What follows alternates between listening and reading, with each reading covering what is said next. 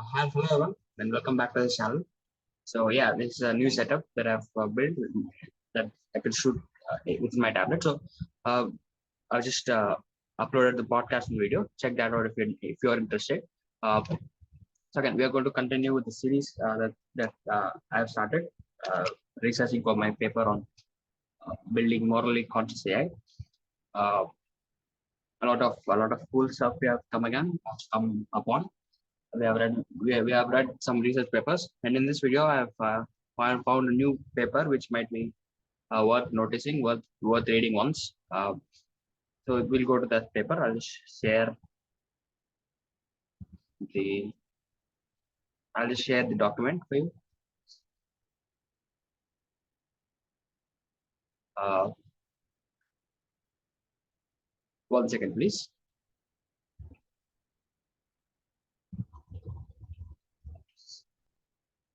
All right, so this is the document that I have. So this is the research paper that I have come across.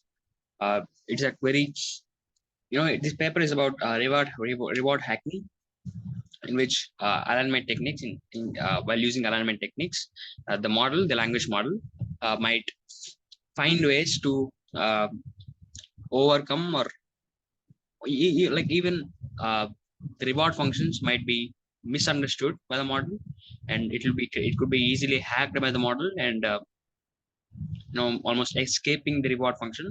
That is what's happening here. And this paper is about that reward hacking. So in this video, we'll read the abstract and the introduction. I'll try to finish it very fastly because, well, the time is also uh, quite late now, I say. So, yeah, abstract. We provide the first formal definition of reward hacking, a phenomenon where optimizing an imperfect proxy reward function uh, or hat, let's say, leads to poor performance according to the true reward function R. We say that proxy is unhackable if increasing the expected proxy return can never decrease the expected true return. Okay. If uh, if increasing the expected proxy return can never okay. Intuitively, it might be possible to create an unhackable proxy by leaving some terms out the reward function, making it narrower or overlooking fine-grained distinctions between roughly equivalent outcomes. But we show this is usually not the case. A key insight is that linearity of reward function makes unhackability a very strong condition. Right. In particular, for the sets of all stochastic policies, two reward functions can only be unhackable if one of them is constant. We thus turn our attention to deterministic policies and finite sets of stochastic policies were not trivial. Okay. So that's the abstract. Of course, as the name suggests, nothing is clear. Pretty abstract, right? So now let's get to the introduction. We'll finish it fastly. So it is well known that optimizing a proxy can lead to unintended outcomes. A board spins in out circles, collecting power-ups instead of following the racetrack terror escape. An evolved circuit listens in on radio signals from nearby computers, oscillators, instead of building more selective. I'll zoom it up. Instead of building its own. The universe is designed for most qualified ability in order to appear more selective and boost their ratings. The main context of reinforcement is okay. So yeah, if this sentence or this paragraph, this little paragraph is actually quite clear. Uh, okay, so in the race game, collecting power-ups, the board may just spin in circles. Again, I do not have the required idea of that. But yeah, trying to find, let's say, illegal methods or not recommended methods, or useless methods to win something, or win something. That is what reward function is. Reward hacking is. And also we have an evolved circuit listens in on radio signals from nearby computers oscillators instead of building its own. I don't understand that. So next one, universities reject the most qualified applications in order to appear more selective and boost their ratings. Pretty interesting, right? So maybe most qualified applications might just be neglected. So in order to improve some metrics, right? This may happen, right? So in order to, like, some metrics can be improved without actually improving, right? It doesn't make sense in that context, in that narrative. And in the context of reinforcement learning, such failures are called reward hacking. Okay. For AI systems that take actions in safety critical real-world environments such as autonomous vehicles, algorithmic trading, or content recommendation systems, these unintended outcomes can be catastrophic. This makes it crucial to align autonomous AI agents with their users' intentions. Precisely, specifying which behaviors are or are not desirable is challenging. However, one approach to this specification problem is to learn an approximation of the true reward function. Optimizing a learned proxy reward can be dangerous, however. For instance, it might overlook side effects or encourage power-seeking behavior. Oh, very interesting. They have come here this paper, so in which generally while doing RLHF, let's say, we train a reward function on certain data. So we'll collect data of what is preferred and what is dispreferred from humans, and then we'll train a reward function on that, a neural network that could predict the reward function of, let's say, a general let's say a completion of a question and answer by an LLM. So also so they have gave some work. So they have provided they have referred some work which actually propose that there are actually side effects of reward modeling, of building proxy rewards, and also uh, power seeking behavior also, which is very interesting. Maybe we'll get to that in the next video, or maybe we should get into here. Yeah, maybe in the next video we'll cover the power seeking behavior thing. Maybe we'll use ChatGPT to summarize everything. Right, we'll finish the thing fastly. We should finish the work fastly. So this raising the questions, the motivation are that motivating our work. When is it safe to optimize a proxy? To begin the answer to, yeah, very interesting, right? So very clear, right? We should find situations or cases when it is safe to build a proxy function on a data, and when it is not. They've come up with very uh, actually bold claims, right? So yeah, let's keep moving on.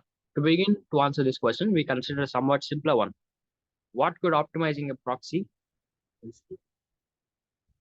Like what could okay, wait a minute. Sorry, let's zoom it up. To begin to answer this question, we consider a somewhat simpler one. When could optimizing a proxy lead to worse behavior? Optimizing in this context does not refer to finding a global or even local minimum, but rather running a search process such as stochastic gradient descent (SGD) that yields a sequence of candidate qualities and tends to move towards policies with higher proxy reward. We make no assumptions about the path through policy space that optimization takes. Instead, we ask whether there is any way in which improving a policy according to the policy could make the policy, oh, that's a lot of policies. Wait a minute. Instead, we ask whether there is any way in which improving a policy according to the proxy could make the policy works according to the true reward. This is equivalent to asking if there exists a pair of policies, pi1 and pi2, where the proxy prefers pi1 because the true reward function prefers pi2, but the true reward function prefers pi2. Interesting. Uh, the policy, okay. When this is the case, we refer to this pair of true reward functions as proxy reward function is as hackable. Right, interesting. Interesting. When the proxy prefers one policy, but then the true reward function prefers another, that means that the reward function is hackable. That is, there are like two different answers or two different policies that would take place, I think. Again, we'll get to the details in the as we go on. So given the strictness of our definition, it's not immediately apparent that any non-trivial examples of unhackable reward functions pair exists. And indeed, if we consider all the set of all stochastic policies, they do not. However, restricting ourselves to any finite set of policies guarantees at least one non-trivial unhackable pair. Intuitively, we might expect the proxy to be a simpler version of the true reward function. Right? Yeah, of course, we do expect like that. Noting that the definition of unhackability is symmetric. Okay, we introduce the asymmetric special case of simplification and arrive at similar theoretical results for this notion. in the process, and through the examples, we show that seemingly natural ways of simplifying reward functions often fail to produce simplification in our formal sense, and in fact fail to rule out the potential for reward hacking. We conclude with the discussion on the implications of and limitations of our work. Briefly, our work suggests that a proxy reward function must satisfy demanding standards in order for it to be safe to optimize. Must satisfy demanding standards. Okay. Thus, in turn, implies that the reward functions learned by methods such as reward modeling and inverse RL are perhaps best viewed as auxiliaries to policy learning rather than specifications that should be optimized. Okay, this conclusion is weakened, however, by the conservativeness of our chosen definitions. Future work should explore when hackable proxies can be shown to be safe in a probabilistic or approximate sense, or when subject is only limited optimized. All right, interesting. So yeah, well, not a very elaborated introduction, but the definition of hackability is defined here. When two possible policies are possible, two policies is possible, right? When the proxy function comes up with one policy and the true reward function, which is actual function, comes with other, that is what hackability they said. And then they also said that simplification, which of course, they said, say, for a proxy reward function that we have built is just a simplification of the actual true reward function. Actually, they said that that is not the case. They said that they often fail to produce simplifications. They were just rule out some important details, right? Which is not what we want. So that is also we have seen here. So I think, yeah, this paper might be very interesting, but then we also one reference here, which I think very interesting. So power seeking behavior, these reward functions tend to seek power seeking behaviors. That's a very bold claim. I don't know. I'm starting to see humans here inside this reinforcement learning models. So anyway, that is the introduction and the abstract of this paper. We have learned that. So in the next video, we will go through this paper by I don't know. Yeah, so power seeking behaviors, how optimal policies or reward functions tend to seek seeking power. We'll go through that paper. So I think for now, I think this is it. Um, if you have any problem with the setup, please do convey in the comments. I'll try to come up with a substitute. So I think that is it for this video.